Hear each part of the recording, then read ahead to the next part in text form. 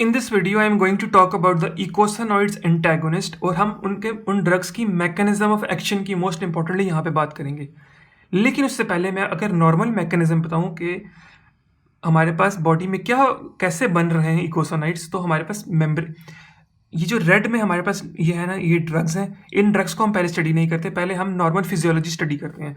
Membrane lipid phospholipase A2 is an enzyme that is converting them into the arachidonic acid. Arachidonic acid जो है precursor molecule है हमारे पास इकोसानॉइड्स बनाने का, इकोसानॉइड molecules बनाने का। दो पाथवेज होते हैं, लाइपोक्सिजनेस पाथवे और साइक्लोऑक्सीजनेस पाथवे। लाइपोक्सिजनेस पाथवे अगर हमारे पास परस्यू होगा बॉडी में तो हमारे पास हाइड्रो पेरोक्साइड्स बनेंगे, that are denoted by HPETEs। Hydroperoxides से हमारे पास ल्यूकोट्राइन्स बनते हैं। ल्यूकोट्राइन्स में हमारे पास कौन कौन से ल्यूकोट्राइन्स इंक्लूडेड हैं? ल्यूकोट्राइन बी, ल्यूकोट्राइन सी, ल्यूकोट्राइन डी।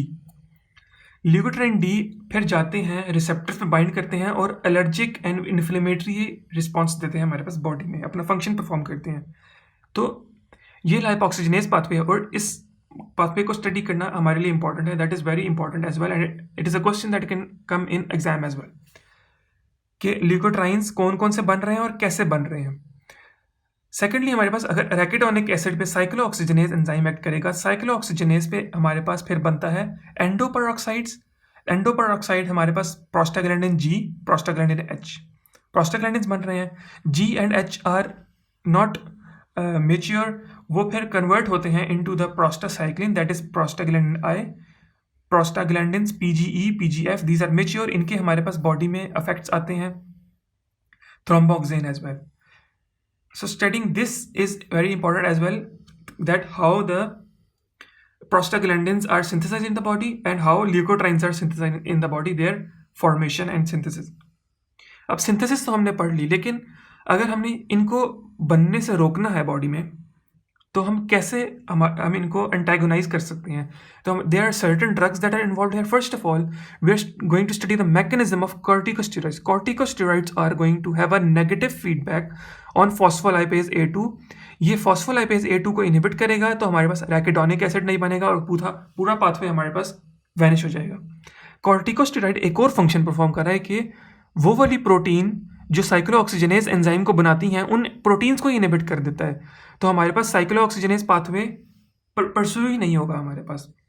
दो मैकेनिज्म कॉर्टिकोस्टेरॉइड्स के आगे। Next is the NSAIDs। NSAIDs we have studied at multiple times. अब NSAIDs are going to inhibit the cyclooxygenase. NSAIDs are cyclooxygenase inhibitors. तो ये वाला pathway vanish हो जाएगा, थ्रोम्बोक्सिन्स नहीं बनेंगे, प्लेटलेट एग्रीगेशन नहीं होगी, प्रोस्टासाइक्लिन्स नहीं बनेंगे, प्रोस्टाग्लैंडिन्स नहीं बनेंगे, तो हमारे पास इनके इफेक्ट्स भी नहीं आएंगे। अब लाइपोक्सिजनेस की अगर हम इनहिबिटर्स की बात कर लें तो लाइपोक्सिजनेस इनहिबिटर हमारे पास zileuton, that is going to have a negative feedback effect on lipoxygenase. इसको इनहिबिट करेगा तो हमारे पास ल्यूकोट्राइन्स नहीं बनेंगे, वो अपना इफेक्ट नहीं देंगे, एलर्जी नहीं होगी और इन्फ्लेमेटरी रिस्पॉन्स नहीं होगा हमारे पास बॉडी में। Next is zafirlukast. It is going to bind to the receptor. It is a receptor antagonist और वो रिसेप्टर पे बाइंड होने से रोकेगा इन ल्यूकोट्राइन्स को। ल्यूकोट्राइन्स बन तो गए लेकिन वो उनको बाइंड ही नहीं होने देगा तो उनका इफेक्ट भी नहीं आएगा जो एलर्जी और इन्फ्लेमेटरी रिस्पॉन्स है। So that is how eicosanoid antagonists are acting in the body.